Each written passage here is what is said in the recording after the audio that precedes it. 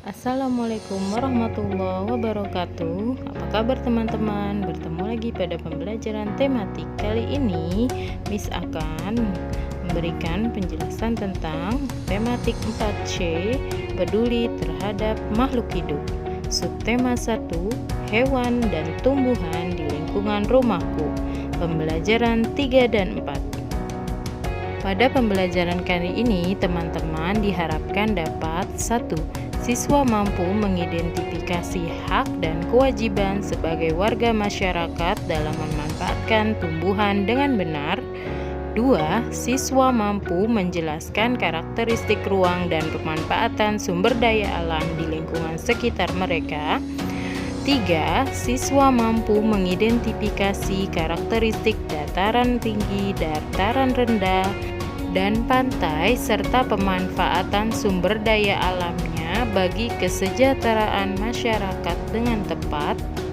4. Siswa mampu menyajikan informasi hasil identifikasi karakteristik dataran tinggi, dataran rendah, dan pantai serta pemanfaatan sumber daya alamnya bagi kesejahteraan masyarakat dengan sistematis. 5. Siswa mampu mengidentifikasi ciri-ciri pertanyaan yang baik dengan benar. Sebelumnya, mari kita simak tayangan berikut ini. Tahukah kalian, jika sampah makanan di Indonesia mencapai 13 juta ton per tahun? Tahukah kalian bahwa berat sampah makanan tersebut sama dengan 500 kali berat Monas? Tahukah kalian, jika sampah makanan sebanyak itu bisa dimakan lebih dari 28 juta orang? Tahukah kalian, salah satu perbuatan yang dibenci Allah adalah membuang harta. Tetapi pada kenyataannya, masih banyak di antara kita yang zalim terhadap nikmat Allah, termasuk menyisakan makanan dan membuangnya. Begitu banyak orang di acara resepsi mengambil makanan tetapi tidak menghabiskan makanan tersebut, kemudian tanpa rasa berdosa membuangnya. Tahukah kalian, penyajian makanan dalam bentuk prasmanan artinya tamu dipersilakan mengambil makanan yang disuka sesuai dengan kapasitas perut. Jadi sangat aneh jika mengambil banyak makanan kemudian menyisakan begitu saja. Tahukah kalian, saat mengambil makanan yang melebihi kemampuan makanmu, sebetulnya kamu telah berlaku curang kepada orang yang membutuhkan. Tahukah kalian, makanan yang kamu buang itu begitu berharga di mata anak-anak yang sedang kelaparan di luar sana. Mereka rela mengunyah sisa-sisa makanan yang mungkin terlihat sangat menjijikkan bagimu. Tahukah kalian, begitu banyak anak-anak yang sedang mengais sampah hanya untuk mendapatkan sepotong roti. Sebelum kamu tega membuang makananmu, ingatlah saudara-saudara kita di sana. Saking tidak ada makanan, banyak yang menderita busung lapar hingga mati kelaparan. Maka dari itu, mulai dari sekarang, belajarlah menakar kemampuan makanmu dan habiskanlah makanan yang telah kamu ambil, karena kita tidak mengetahui keberkahan makanan ada di mana. Bisa saja di butir nasi yang paling terakhir kita makan. Ketika makan, kita telah mendapatkan hak kita untuk mendapatkan makanan. Maka kewajiban kita adalah dengan menghargai makanan yang kita makan, yaitu dengan menghabiskannya. Namun, jika kita tidak menghabiskan makanan yang kita makan, maka kita tidak melaksanakan kewajiban terhadap makanan. Nah, dalam kehidupan, kita harus senantiasa menyeimbangkan antara hak dan kewajiban. Jika kita telah mendapatkan hak, maka kita harus melaksanakan kewajiban. Dalam pelaksanaannya, kita juga harus menghormati hak-hak orang lain berkenaan dengan sumber daya alam tumbuhan. Kita juga harus menyeimbangkan antara hak dan kewajiban. Kita mendapatkan hak untuk memanfaatkan seluruh sumber daya alam tumbuhan di sekitar kita. Sebaliknya, kita juga berkewajiban untuk menjaga agar sumber daya alam tumbuhan tersebut tetap lestari. Seperti yang telah dijelaskan, teman-teman telah mengetahui memiliki hak atas sumber daya dan kita juga memiliki kewajiban atas sumber daya alam tersebut. Hak kita sebagai manusia adalah memanfaatkan dan mengolahnya. Selain memperoleh hak, kita juga berkewajiban untuk melestarikan sumber daya alam, misalnya makhluk hidup termasuk tumbuhan. Oleh karena itu, kita harus mengambil makhluk hidup dengan cara-cara yang bijaksana. Cara yang baik dan bijaksana artinya pengambilan makhluk hidup tidak merusak lingkungan. Jika kita mengambil makhluk hidup di alam dengan cara-cara yang tidak baik, tentu makhluk hidup akan cepat punah dan kitalah yang nantinya akan dirugikan. Tumbuhan yang telah kita manfaatkan untuk memenuhi kebutuhan manusia, misalnya sebagai sumber pangan, papan, obat-obatan, dan juga sebagai penyedia oksigen untuk bernapas. Kewajiban kita adalah menjaga dan mencintai tumbuhan. Apa yang kita dapat lakukan untuk mencintai tumbuhan? Nah, 1. Kita tidak merusak tumbuhan. 2. Tidak menebang pohon sembarangan. 3. Menanam tumbuhan di sekitar lingkungan. Yang 4. Merawat tanaman yang kita tanam. Misalnya dengan cara menyiram dan memupuk secara teratur. Keragaman tumbuhan di Indonesia berdasarkan letak ketinggian. Kepulauan Indonesia dikenal dengan sebutan Untayan Zamrud di Khatulistiwa. Sebutan itu berarti Kepulauan Indonesia adalah sebagai negeri yang tanahnya subur dan memiliki kekayaan alam serta terletak di daerah Khatulistiwa. Berbagai kekayaan alam itu antara lain tumbuhannya berbagai jenis tumbuhan di negeri ini. Tumbuhan yang tumbuh di Indonesia dipengaruhi oleh iklim, letak ketinggian tempat, serta kesuburan tanah. Ketinggian tempat wilayah daratan di Indonesia cukup beragam, mulai dari daratan rendah di daerah pantai hingga dataran tinggi di daerah pegunungan. Daerah yang ketinggiannya sampai 500 meter di atas permukaan laut disebut dataran rendah.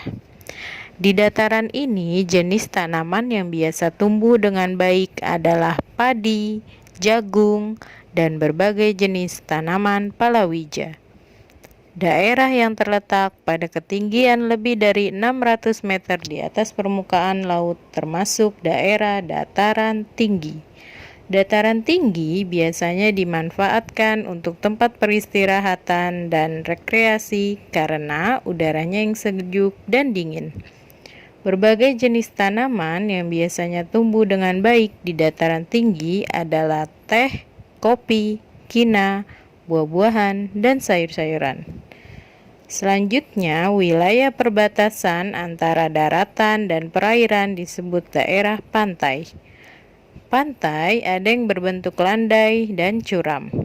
Tumbuhan yang tumbuh dengan baik di daerah pantai yaitu kelapa dan bakau.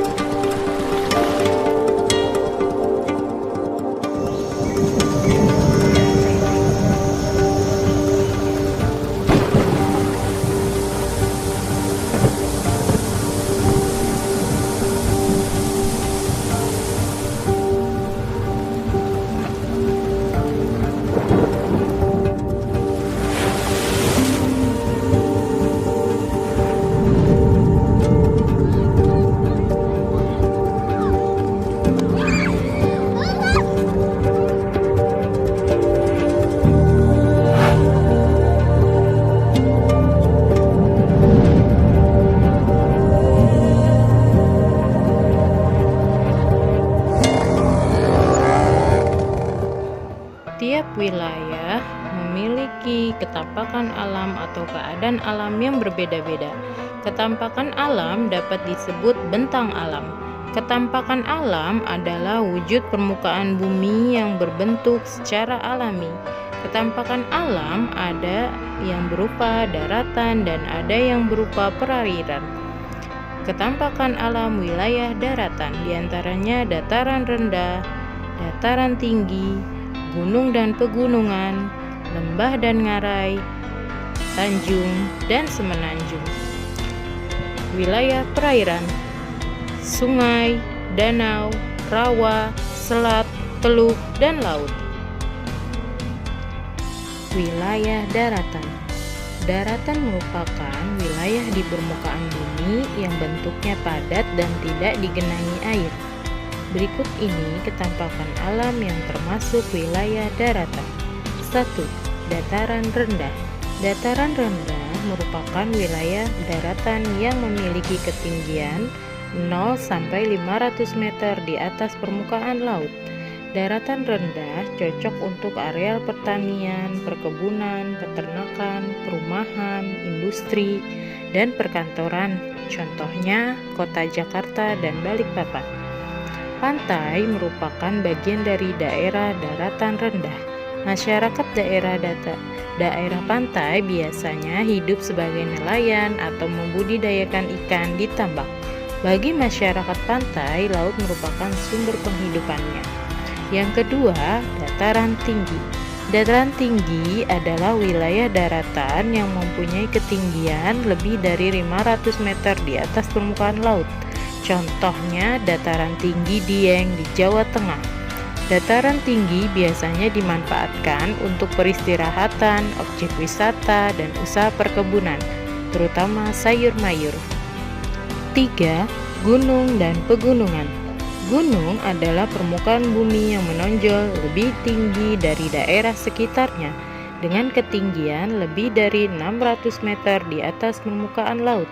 Rangkaian gunung yang saling menyambung satu sama lain, tinggi, luas, dan memanjang disebut pegunungan. Sebagian gunung dan pegunungan dimanfaatkan sebagai objek wisata, misalnya Gunung Bromo di Jawa Timur. 4. Lembah dan ngarai. Lembah adalah wilayah daratan yang sangat rendah dan cekung dari daerah sekitarnya. Terdapat di kaki gunung serta sebelah kanan dan kiri sungai. Contohnya lembah Baliem di Papua. Sedangkan ngarai adalah lembah yang dalam dan luas serta banyak digunakan untuk pertanian dan pemukiman. Contohnya ngarai Sianok di Sumatera Barat. Tanjung dan semenanjung. Tanjung atau semenanjung adalah daratan yang menjorok ke laut. Perbedaan antara tanjung dan semenanjung terletak pada ukurannya. Semenanjung berukuran besar, sedangkan tanjung berukuran kecil. Tanjung di Indonesia umumnya dibangun pelabuhan, contohnya Tanjung Priuk di Jakarta dan Tanjung Perak di Surabaya. Wilayah perairan. Wilayah perairan adalah bagian dari permukaan bumi yang digenangi oleh air. Sebagian besar wilayah Indonesia terdiri dari perairan. Berikut ini bentang alam yang termasuk dalam wilayah perairan. 1. Sungai. Sungai adalah aliran air yang besar yang terdapat di daratan. Hulu sungai terdapat di daerah dataran tinggi atau gunung. Sungai bermuara di laut atau danau. Sungai dimanfaatkan penduduk untuk pengairan, transportasi, pemeliharaan ikan, dan lain-lain. Terkadang di tengah sungai atau di muara sungai terdapat daratan hasil endapan lumpur yang terbawa oleh aliran air sungai. Endapan lumpur yang terbentuk daratan itu disebut delta. Contohnya, delta Sungai Mahakam. 2. Danau. Danau adalah genangan air yang sangat luas dan dikelilingi oleh daratan. Ditinjau dari asal-usul terbentuknya, maka danau dibedakan menjadi 2, yaitu danau alam dan danau buatan. Danau alam adalah danau yang terbentuk karena peristiwa alam, misalnya letusan gunung berapi, pengikisan tanah, dan pergeseran permukaan bumi. Misalnya terbentuknya Danau Toba di Sumatera Utara akibat letusan gunung berapi pada zaman dahulu. Danau buatan adalah danau yang sengaja dibuat untuk kepentingan tertentu seperti waduk atau bendungan. Contoh danau buatan adalah Waduk Jatiluhur di Jawa Barat. Danau dimanfaatkan untuk perikanan, perairan, atau pembangkit tenaga listrik atau disingkat PLTA. Ketiga, rawa. Rawa adalah tanah yang rendah dan digenangi air. Biasanya banyak tumbuhan air dan dasar tanahnya berlumpur. Keberadaan rawa sangat penting bagi lingkungan sekitar rawa. Oleh karena itu, rawa memiliki manfaat penting. Maka peran dan fungsi rawa harus dijaga kelestariannya. Beberapa peran rawa antara lain sebagai cadangan air, mencegah terjadinya banjir, dan sumber makanan. 4. Selat. Selat adalah laut yang sempit yang menghubungkan dua pulau atau lebih yang berdekatan. Contohnya Selat Madura di Jawa Timur antara Pulau Jawa dan Pulau Madura. Di selat itu dibangun jembatan Suramadu, jembatan terpanjang di Indonesia. 5. Teluk. Teluk adalah bagian laut yang menjorok ke daratan. Teluk merupakan laut yang pantainya melengkung hampir mengitari perairan laut di sekitarnya. Perairan laut di daerah teluk biasanya tenang dibandingkan dengan di luar teluk. Oleh karena itu, banyak pelabuhan yang dibangun di daerah teluk. Keenam, laut. Laut adalah kumpulan air asin yang menggenangi sebagian besar permukaan bumi dan memisahkan daratan menjadi beberapa pulau besar, pulau kecil, dan benua. Permukaan air laut selalu bergelombang, berubah, dan bergerak. Laut yang sangat luas disebut samudra. Laut digunakan untuk jalur lalu lintas kapal dan juga sebagai sumber makanan. Banyak makhluk hidup laut yang diambil dari laut untuk dikonsumsi, misalnya berbagai jenis ikan, udang, kepiting, dan rumput laut. Pada pembelajaran sebelumnya, teman-teman telah berlatih membuat pertanyaan. Latihan membuat pertanyaan diperlukan sebagai persiapan untuk melakukan wawancara. Apakah pertanyaan-pertanyaan yang telah teman-teman buat sudah memenuhi kriteria pertanyaan yang baik? Apa syarat pertanyaan yang baik atau tidak? Nah, teman-teman, yuk mari kita amati diagram di bawah ini tentang pertanyaan yang baik, yaitu pertanyaan yang diajukan sesuai tema atau topik. Ya, jadi pertanyaan itu sesuai dengan tema yang teman-teman pilih. Misalkan tentang makhluk hidup, maka teman-teman menanyakan tentang makhluk hidup, ya. Selanjutnya, jawaban pertanyaan bukan hanya iya atau tidak, ya. Jadi jawaban pertanyaan itu bisa membutuhkan penjelasan yang lebih rinci atau lebih lengkap. Nah, selanjutnya pertanyaan diajukan untuk menggali lebih banyak informasi. Jadi teman-teman membuat pertanyaan untuk mencari lebih banyak informasi, lebih lengkap dan detail, ya. Lalu diawali dengan kalimat tanya ya yang teman-teman sudah pelajari. Misalnya kalimat tanya itu apa, siapa, mengapa, bagaimana, dan di mana, dan mengapa, dan lain sebagainya. Ya, pertanyaan yang diajukan harus fokus atau tepat sasaran ya, karena teman-teman tadi temanya tentang atau topiknya tentang makhluk hidup, maka harus fokus tentang hanya fokus pada tema kita saja ya. Selanjutnya menggunakan bahasa Indonesia yang baik dan benar ya, dengan menggunakan bahasa Indonesia yang baku ya, tidak menggunakan bahasa yang dengan teman sebaya ya, dengan menggunakan bahasa yang baku. Selanjutnya, antara pertanyaan satu dengan pertanyaan yang lain saling berkesinambungan ya, misal yang berkaitan ya, saling berkaitan tadi tentang makhluk hidup, maka ya, pertanyaan antara misalnya teman-teman buat 5 pertanyaan, maka 5 pertanyaan itu masih tentang topik yang teman-teman pilih ya. Jadi seperti itu